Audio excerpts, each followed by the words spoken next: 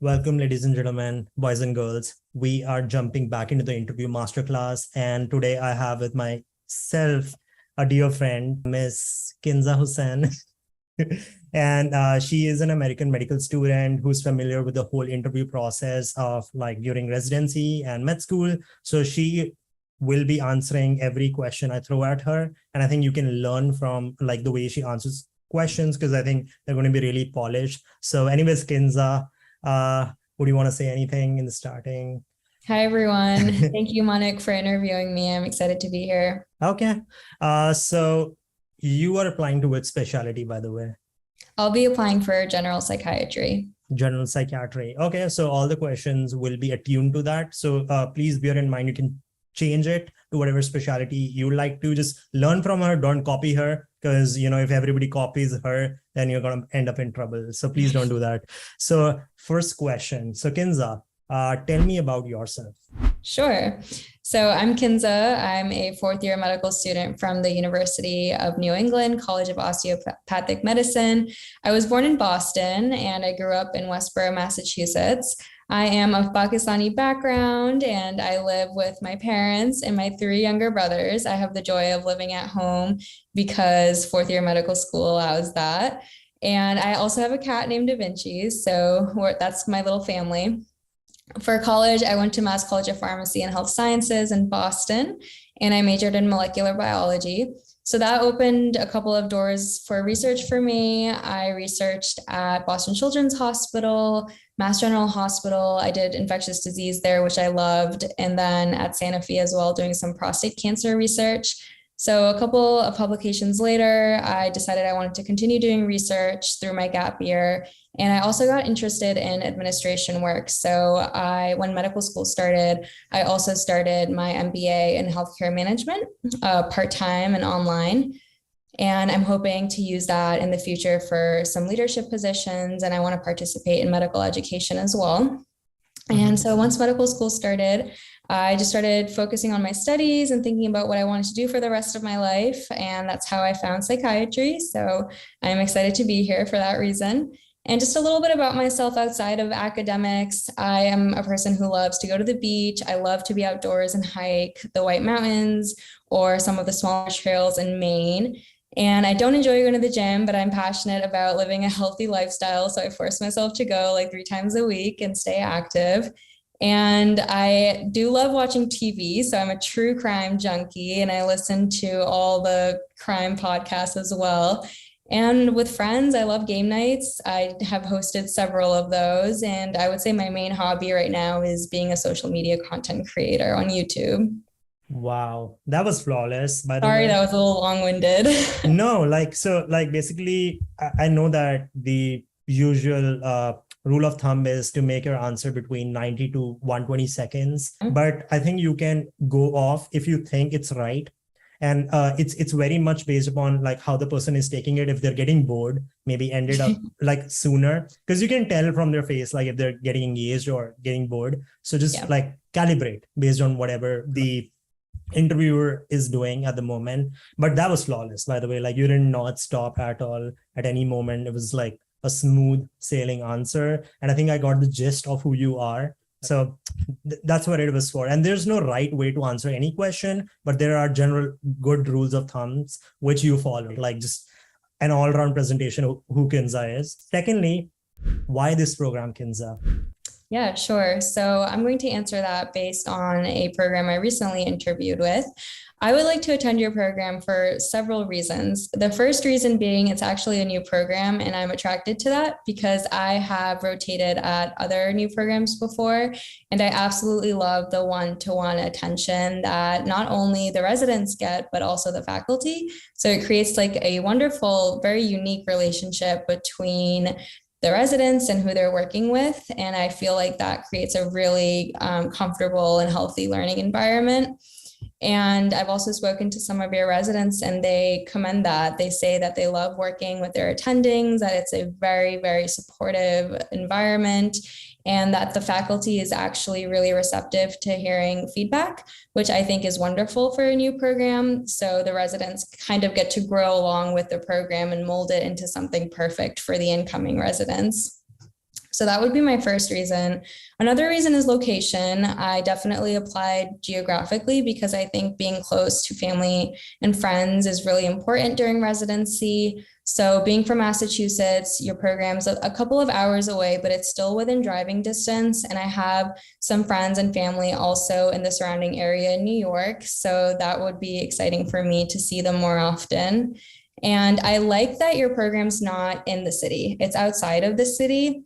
And I'm from Maine. Like for the past 3 years, I've been in Maine and I've had such a growing love for nature, hiking, going to the beach and such. So I find a lot of joy doing those activities, and I can do those at your residency program. And then when I feel like I need a trip to the city, it's only an hour away and I can go to the city. So that would be another reason. And I would say another big reason that stands out, without making this too long-winded, is you have so many different programs at your hospital. There is room to explore forensics. There is room to explore geriatrics, child and adolescent psychiatry, even addiction medicine, which is not the case for all other programs. So for someone who isn't 100% sure which fellowship she's going to pursue, I feel really confident knowing that I'll get experience in every single one, and that will help me be a better psychiatrist for my future patients. That was on point. I like that answer. And not feedback per se on you, just adding it for the audience. I think the way you can frame this answer is pick up on the basic general principles of how she answered it and try to insert points on the program's website and what you really know about the program. Basically, if there's something special about them, please do insert it, any kind of academic, because you're not trying to always have fun. You are also here for learning. So please insert any points you know about the didactics or what kind of a teaching experience or clinical experience is going to be. So why psychiatric? So during my third year rotation, I got the pleasure of seeing so many different specialties, but psychiatry really stood out to me because it was a lot more about mental health and stuff that you couldn't actually see or feel. It wasn't a broken arm that I was dealing with. It wasn't a gallbladder I was dealing with in surgery. It was mental health, and those things aren't tangible. And I really enjoyed that aspect, the gray area of that when it came to also treating these patients. There was never a right or wrong answer. There was never a medication that we knew would definitely help that patient. So it was always trial and error with that patient, and building a trustworthy relationship so that you could work together for your treatment plan.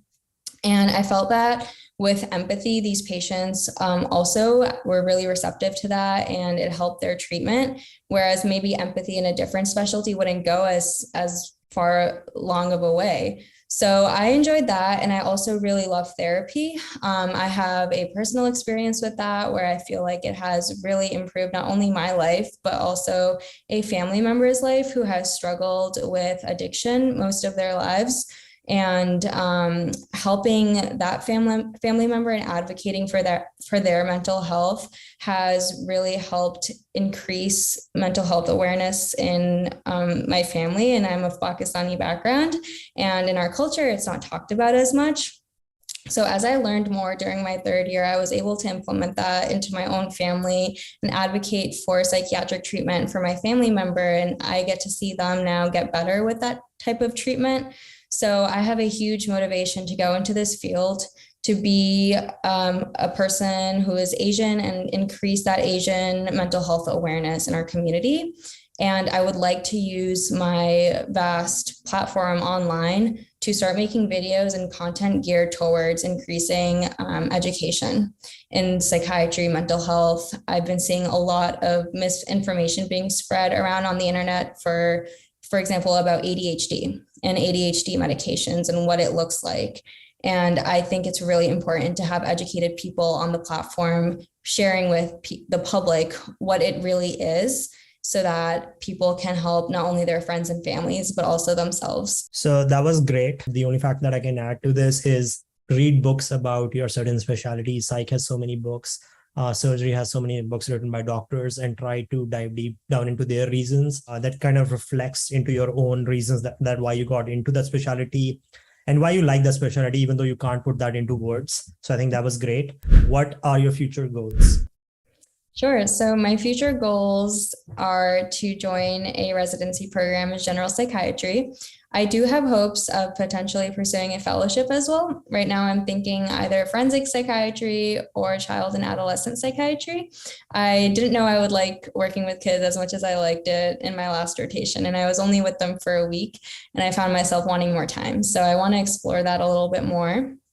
And after residency and a fellowship, I see myself working in a hospital in an acute inpatient setting. And I have been thinking about maybe also part-time working in an outpatient setting at a clinic and doing psychotherapy, since I am such a strong believer in that.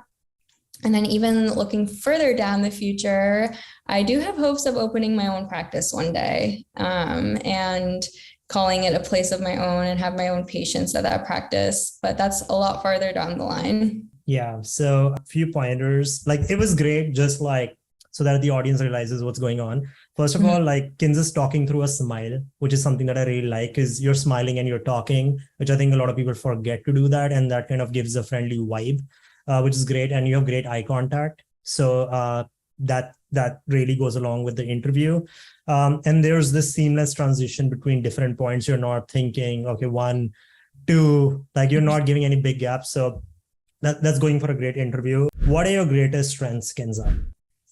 That's a good question. So I would say that my greatest strength, one of them, is that I am adaptable to situations, to people, to places. I would say, I don't know how I gained the skill, but I really like working with people. So I think my adaptability with people first comes with enjoying working with them, enjoying building relationships and friendships with people. I feel like I really gained insight into this strength during my 3rd year of medical school, when every 6 weeks we had to just change out of our rotation and kind of start all over again at a different place with different people, a whole different specialty. So I found it very, natural for me to get to know new people every 6 weeks, build new relationships every 6 weeks, and it made a very nice work environment. So I am confident that even moving forward, I'll be able to work with different teams during my residency program, work with my colleagues and my attendings, and I'm really looking forward to that. And I'm also really adaptable to locations. I've moved around a lot during my 3rd and 4th years, and I just enjoy seeing new places and meeting other people in those places. So I'm excited for that part as well. Great. So just like on how to answer this question, I think about what would make a great resident. And like adaptability is a great one, because in a residency, you have to go from one rotation to another. And that's something that's happening with me, right? A program director would love that you are adaptable, and that to supplementing it with an example is a great way to go, that the way you did it. Like you said, that you were in medical school where you had to hop from one rotation to another and you were able to gel along with people. So that's great. And just think about what would make a great resident. Hardworking would be one, and giving an example when you showed hard work, like a team worker, a team player would be a great one. Giving an example of when you were a team player, because that would again make a great resident. So think about what would make a great resident and try to put that into your answer. And that's about it, right? I think that's the way to define this. Again, great. No criticism on my part. Is just additions, right? I have a question actually for you. Would you say that a interviewer should answer with just one strength, or try to shorten it up so they can give 2 or 3? So I would definitely try to put 2 to 3. Okay. But at the same time, you couldn't have 10. You can have 5. But here's the part, right? Calibrate. Look at the interviewer. If he's getting bored, you probably want to end with 2 or 3, right? But if they are not getting bored, they're actually getting engaged, and there's a conversation that's going on, you can even go to 4 or 5 if the interviewer is comfortable with that, right? But most of the times they're going to get bored. So 2 to 3 is a sweet spot. But again, have as many as you like, just like ammo, right? Have a lot of ammo on your side whenever you want to throw it out.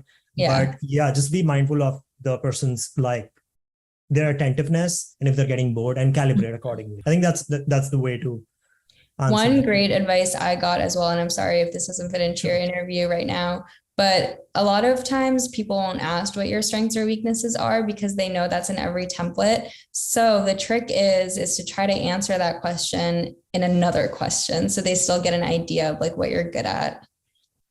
Could you do that? Like, how would you answer that in another question? Well, say they give you a question, like a scenario question, like tell me about a time you had conflict with a patient or a team member. I feel like that one comes up a lot.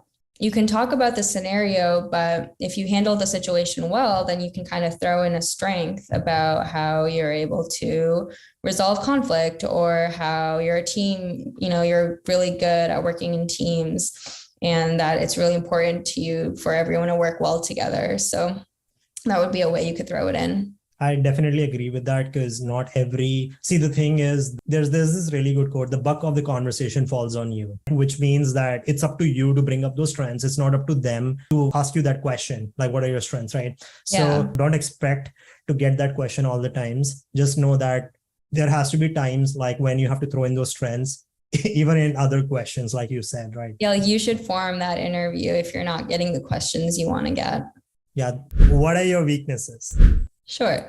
So I would say that one of my weaknesses is definitely that I am a people pleaser, and I am working on this. So what I mean by people pleaser is that sometimes I will do things that I maybe don't want to do just to make other people happy, and it'll be at the cost of my own mental health. And I've definitely done that before in the past couple of years.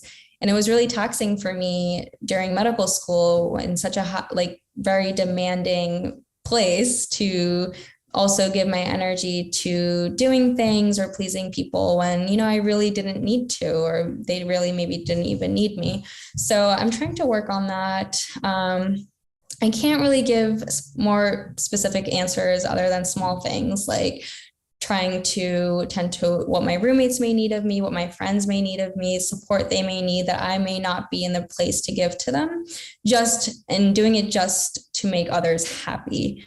And then at that cost, I don't have time for myself to unwind for the day and prepare for like the next day. And then I lose sleep over it. And then after losing sleep, I'm not eating well. And after I'm not eating well, it's kind of like a domino effect. And then I'm not performing well on exams. And that's not good for medical school. You want to definitely be you want to prepare and perform as best as you can to learn the best that you can for your future patients. So I would say that I've worked on being a people pleaser, one, by doing just a lot of reflection on like, why am I doing certain things? And I journal a lot in order to reflect and really understand, like, why did I say that? Why am I doing that? Did I really want to do that? How could I have done it differently? And like, again, I never want to be someone who offends others. So doing it in a mature way is really important. So I've improved my communication skills. I've definitely taken a few classes to do that and read a few books as well. So I would say that's how I'm working on it. I'm not perfect, but that would be my major weakness. So great answer. A few things that I want to point out. First of all, like, look at the weakness that you pointed. It's a good weakness, not a bad weakness. Because if you're a people pleaser, that's going to serve people good in the residency, rather than like anything such as like you're too aggressive, you're too arrogant, or something like that, right? So it's a good weakness, right? It's, for example, there are two ways of saying the same thing. First of all, I'm not good with public speaking versus I'm very shy. You don't want to say I'm very shy, because you can't be shy in front of patients. You can't be shy in front of people if you're a doctor, right? Mm-hmm. But public speaking is okay, because you don't have to do freaking public speaking in residency, right? So it's a different way of saying it, but like the way you said it, I think was framed positively. And then secondly, you talked about how you were improving on it, which is another great point. And you talked about, like, you inserted very cleverly journaling as well as reading books, right? So which you should I got do. that tip from you. Yeah, which is great, right? Because it could start another conversation about books. What have you been journaling about, or like books which other people wouldn't get a chance to do, but that was great.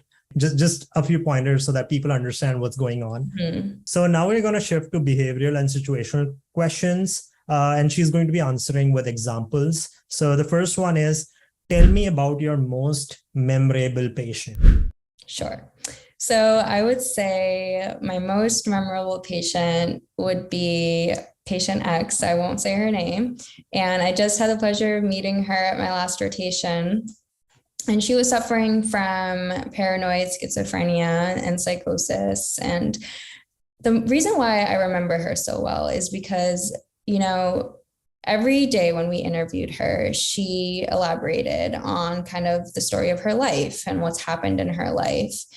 And I think due to our bias, knowing her diagnosis, a lot of it is like, that may not be true. That might be her psychosis talking.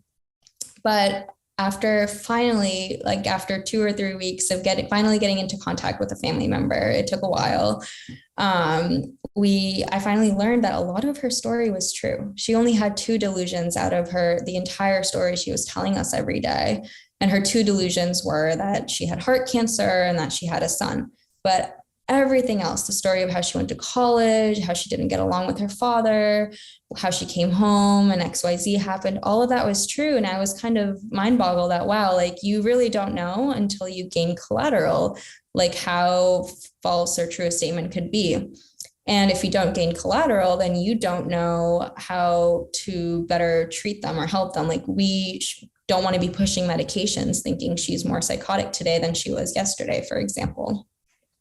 So I would say she was very memorable for that reason. And the other reason also, she had her first psychotic break after, I think it was her junior year of college. And that's when she left.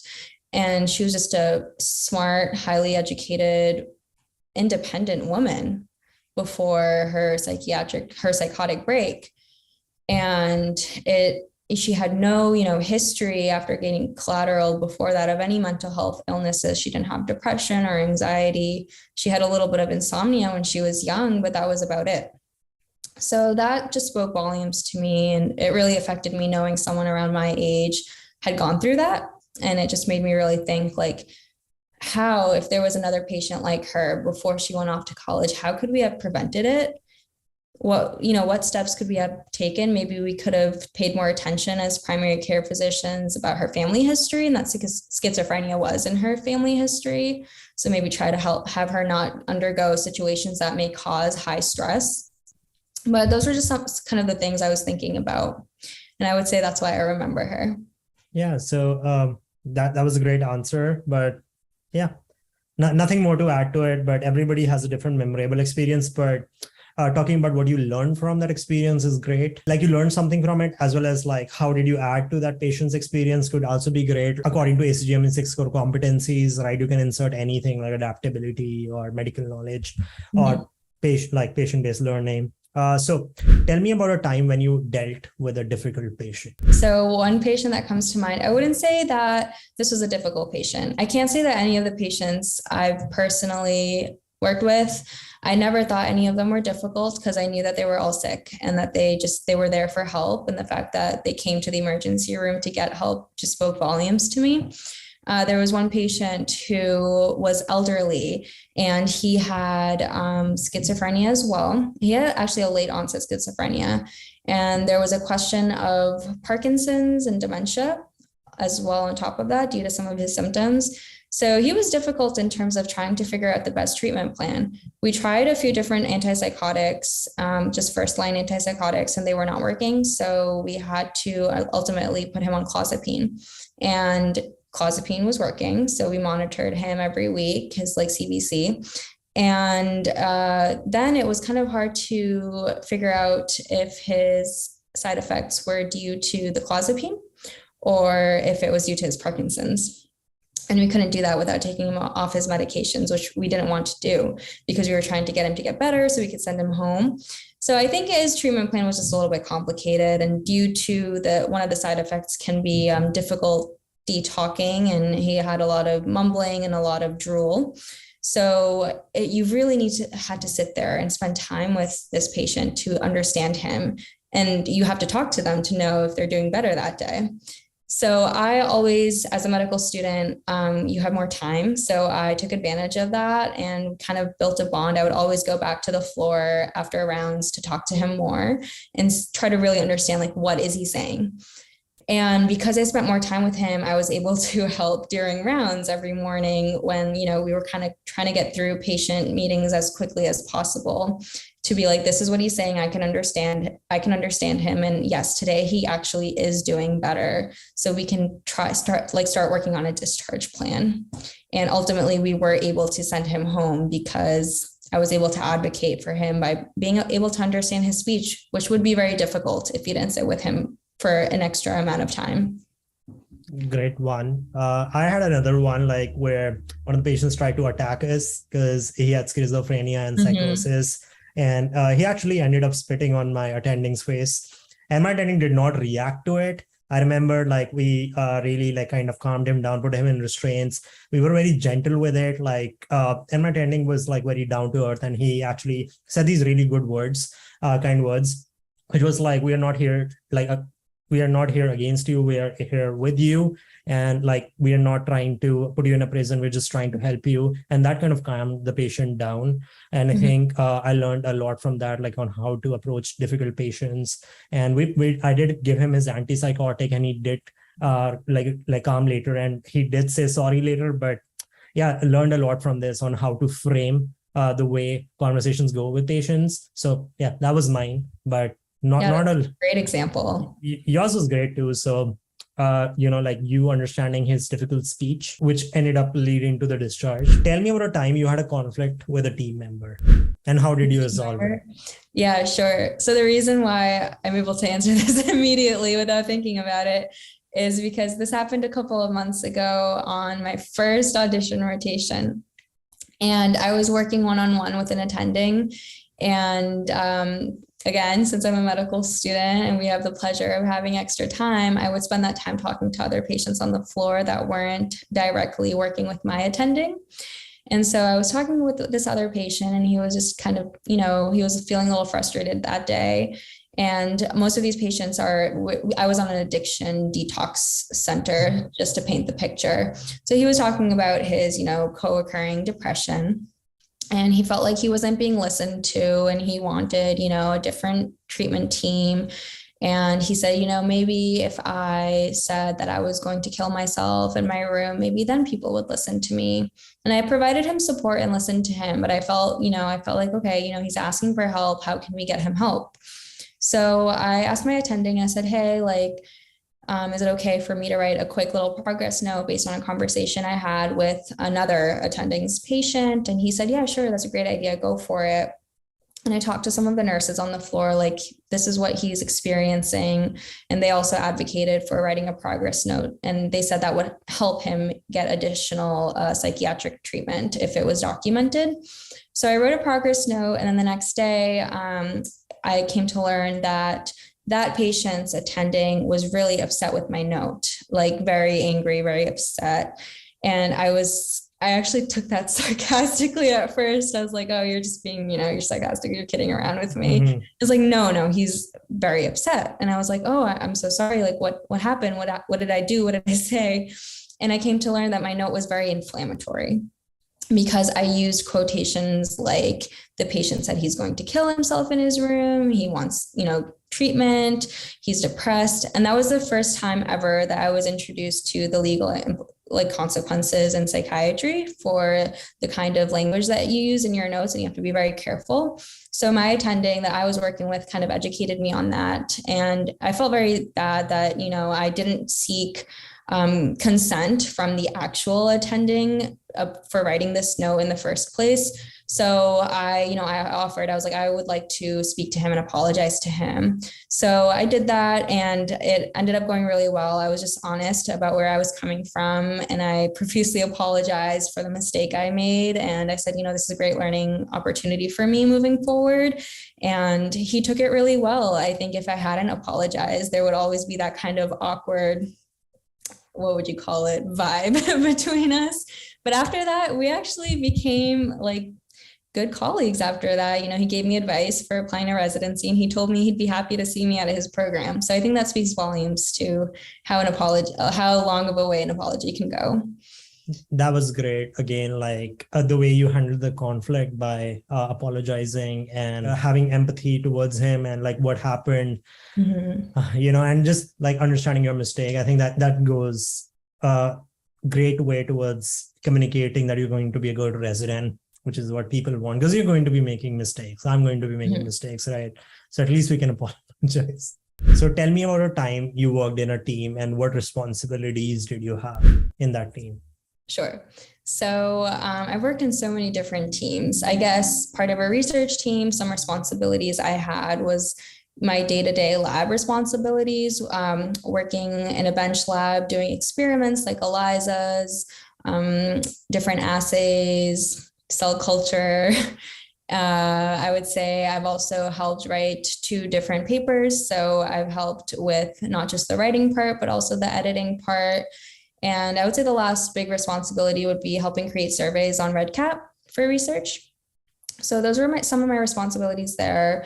On other teams in school, for example, I was always part of like student government, orientation leader, and I played different roles like secretary or treasurer. So I would always be on the communication side, responding to emails, taking notes for meetings.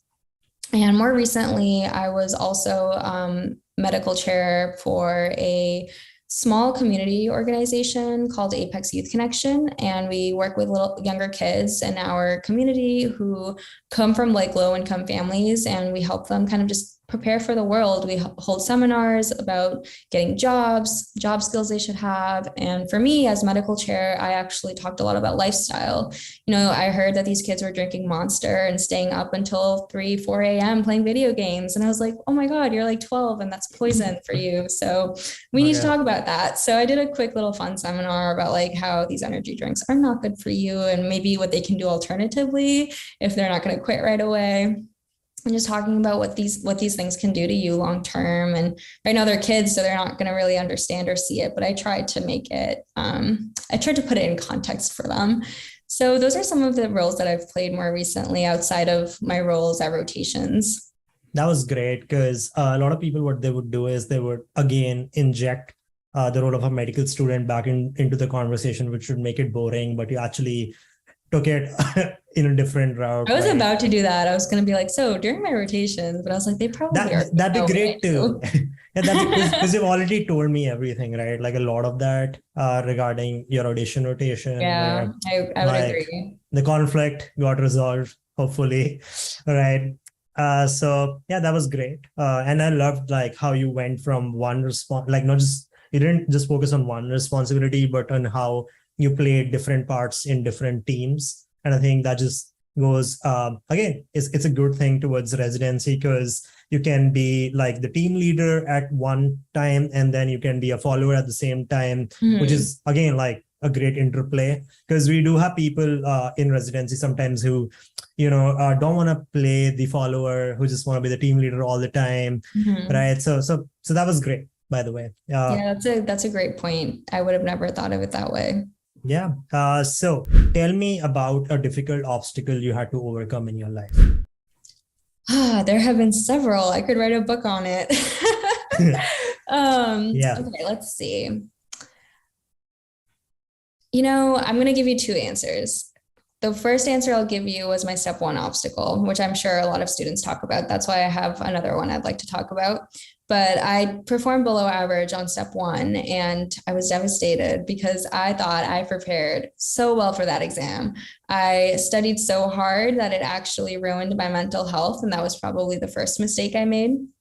I did all the Anki decks I could find, which was probably the second mistake I made. I used way too many resources, and that's me reflecting back after the fact on maybe why that exam didn't go so well.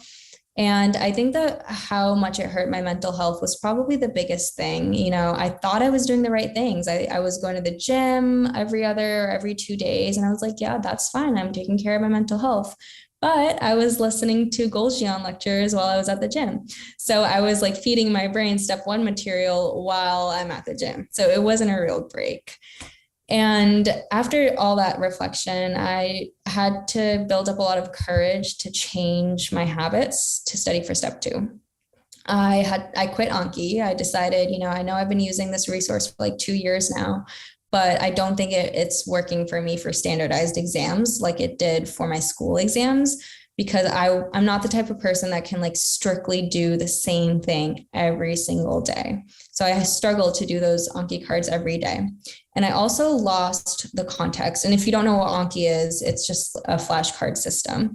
Doing flashcards, I lost the story of like how you get heart failure, what happens, like the physiology. I was just memorizing facts. So I had to go a few steps back and I relearned the physiology. I watched a lot of YouTube videos. I used my books to really understand like the heart, because that was my toughest subject.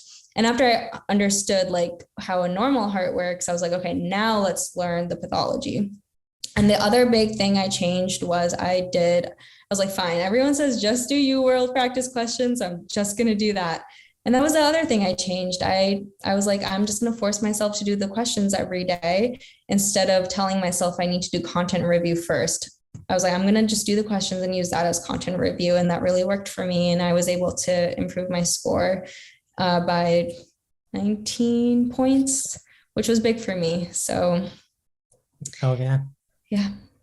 So a few points. Again, one of the best things you did in this answer is you addressed a weakness in your application, which they might not even have asked you about, right? Like, because the other weakness was you were a people pleaser, remember? So here the weakness was like, according to the system, I don't say it's a real weakness. I'm just saying the step scores are looked at, but you addressed it really well, that what really happened, right? And actually showed reflection, that you are a person who can reflect, which was great. And that you had initiative to improve on it. And you actually re-emphasized that, right? Like your scores, how you actually got 20 points ahead of your step one score, which is great, right? Because remember that these people are like, the interviews are looking at thousands of applications. They don't remember every detail. So you have to keep bringing your application points in front and address your weaknesses if possible, which I thought was great. Yeah, I misdid the math, like real miscalculated it. 29 points is how much I increased it by. Wow, Kinza. So you need a maths class too. I'm just kidding. 29 points. That's a big improvement. So I think like just emphasizing that is great. Tell me about a time your integrity was tested. So in college, I took a lot of science courses with my best friend. And as best friends, we sat next to each other. And one thing I struggled with was science was like a stronger subject for me. So I performed well on my exams.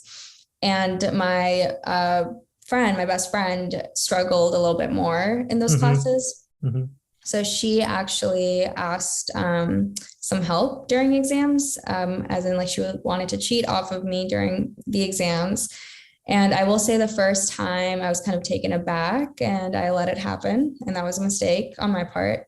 But moving forward, I really didn't feel good about it. And I had to tell her like, hey, I don't really feel comfortable with this. I'm just so scared that we're going to get caught and that'll be bad for both of us. So let me just help you. Like, let's just study together for the exam instead. And we'll probably get the same grades. So I did that moving forward. I would say that's how my integrity was tested in college. Wow. At least see, the point is you might like, there are going to be questions you're never going to have the perfect answer for, but like just trying to improvise goes a lot way. It's a good thing, right? Like I like the answer. I think another scenario you can like put in is probably something clinical, if possible, maybe regarding like some kind of medicine. I don't have any, but if you have any like integrity based scenario in medicine, I think that'd be great too. If you can add, like, because this question does get asked. So just be careful, right? Okay. Yeah. Tell me about a time you had a difficult ethical decision to make. So one moment that comes to mind is probably the first time I saw a patient get blue papered, which in Maine means that they have to stay there at the inpatient psychiatric facility against their will. I was like really kind of taken aback by that. So this patient came in and she was manic, and that's why she was hospitalized. She was running around, outside in the street in heavy traffic. So it was very unsafe. And that's how she came to us. And when she was blue papered, she was devastated. She was crying. She said she wanted to go home. And I was like, she's probably so scared, knowing that we're not letting her go home. That's probably making her more scared, even though otherwise she probably would have been fine with like seeking treatment here. So, and I also felt like the attending I was working with at the time was a little harsh and was a little scary about it. Like, sorry, we're blue papering you. You will need to sign this form and that's it. And understandably, I'm sure he's had to do that so many times during his career. He's very like well into his career that it's just kind of become a routine thing for him. But for me, seeing it for the first time, I was like, hey, I'm feeling kind of scared for her. So I know that that's the law, but I thought it was kind of an issue. It was an ethical issue for me. I felt like her consent was not being appreciated and that if she wants to go home, she should be allowed to. But at the same time, just like through learning about the process a little bit more, I came to understand that like she, as upset as she was still manic. So like if we did send her home, it would be unsafe for her and possibly other people too. People would get into a car accident if she decided, even if she didn't get hurt, someone else could. So I kind of talked to myself about that. I tried to play different scenarios, and instead I went and talked to her and I told her, I tried to calm her down and she really likes meditating, but there was no session happening that day. So I did like a little one-to-one meditation session with her because I had my phone on me and a Spotify podcast. So we did that together and she did calm down. And I tried to just help her understand the process the way I was understanding it. And I think after she understood and was a little bit more educated about it, she didn't feel as upset about it. So I think that went a long way. That was okay. Like, I know, I don't have a good one on mind. But see, that's the thing. You need to improvise, even if you sometimes don't have a good answer. You just can't shut up, right? So I understand. I had a similar scenario where like the ethical decision was like, so we saw this patient, like 26-year-old female presented with the worst headache of her life, fevers. And like she tried Tylenol, didn't take away her headache. So we gave her like ketorolac and it actually calmed her headache down, but we were concerned about meningitis now because the way she described it. And if you have meningitis, you need ICU level care, right? But this patient, when we told her that this could be it and that she might need a lumbar puncture, she got scared and she wanted to go back home. But the issue was she had this kind of a flu. And we thought like, what if it's H influenza and that can spread to her children? Maybe it could do like, it could cause meningitis in her whole family. So we were really concerned about that. And we were trying to educate her that like he shouldn't go home because that could cause other issues in her family. Other members could get sick, but she just couldn't understand it. And like really wanted to leave. I tried my best. I was there with like her for an hour, tried to educate her. She went with her decision to and fro. Sometimes she wanted to stay, sometimes she wanted to not stay. We tried to even do a lumbar puncture, but we were unsuccessful in doing it. And in the end, she ended up leaving, which like was into her rights, but I did want to make her stay, but even against my will, I had to let her go because that's how patient laws are. And I think that's a good thing, right? Because they have autonomy. And I think that was a good lesson as well as a hard decision to make, just to let her go. But yeah, that was my difficult ethical decision to make, was just let her go, like even though she might have meningitis. Right. Yeah. But we just couldn't do anything about it. Right? We did give her a dose of antibiotics, if that goes anyway, like ceftriaxone plus vancomycin. And I hope that helped her. And we did tell her that if she wanted to come, she can come back anytime she wanted to. But yeah, I don't know if she came back ever, like, because I was in the ED for a while, but that's a good answer. That kind of shows that you have medical knowledge because you're throwing in some diseases and medications that treat the diseases. And two, that you really tried and spoke with the patient. You said that you stayed with her for an hour. So it shows that you care. She went back and forth. She was like, I want to stay. Then she was like, I don't want to stay because I thought I was just coming for a headache and some blood work. And now you guys are trying to stick a needle up my spine. And I'm like, sorry. No, that's important because I think for some patients, you will probably convince them to stay. So it's important to spend that time. Yeah, but that ethical decision was just so hard to make, was just thinking about what if her disease could infect, like, whatever she had could infect her family. Yeah. Just letting her go. But we did try our best to tell her that help is always available if you want to come back. And that was it. But that's just an example. Don't copy it, but think about any time in your life when you had to go through that ethical decision, when you knew that this was the right thing by your part, but by law that wasn't the right way to do it. But yeah, that was my part on it. So that's about it, right? So that was a great session. Thank you. Thank you. for what do you call this? A mock Fire. interview. No. This is like a fire chat interview where you just like were keeping at it. Yeah, bro. I'm like sweating through my shirt now. Yeah. But no, this is Fireside great. chat. It also gives me a good, I think ethics and integrity are two answers that I can try to work on. Yeah, definitely. So thank you guys for watching. Do check out Kinza. I would mention, I'm going to mention her channel's link down in the description as well as the comments. And do reach out to her if you want to on Instagram. That's something that I'll be mentioning too. And thank you for watching. Kinza, anything you want to say? Any goodbyes? A lot of people are going through the match right now. Yeah, no, good Yeah. luck to everyone going through the match. Interview season is scary. I'm going through it right now for psychiatry. But I think the biggest thing I will say, having sat on an interview committee during medical school for potential applicants, the biggest thing that went a huge, long way. I would say the biggest thing that I noticed in other physicians and administration noticed was when the student was smiling. I think that's why I try to do that as much as I can. One, it shows that you're more relaxed, and two, it gives off like a good energy to the person you're talking to. I think that's like a really huge, major key thing to an interview, and not everyone does it because when you're nervous, you don't really notice maybe that you're not smiling. So do a mock interview, record yourself so you can look back on the recording and see what you were doing maybe wrong or what you can improve on. So like the way I like to talk about is talking through a smile.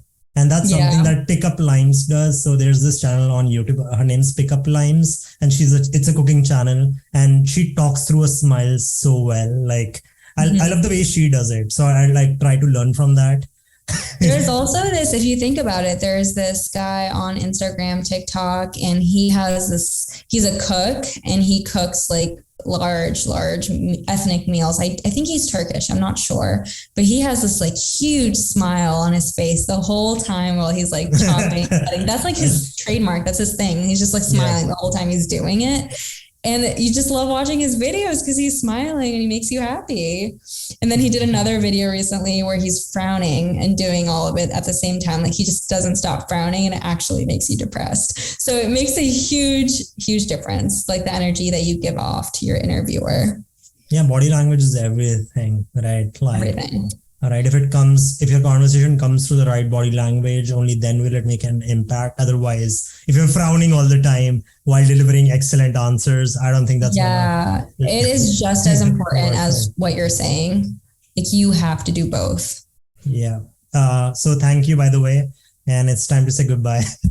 All right. Thank you, Manik.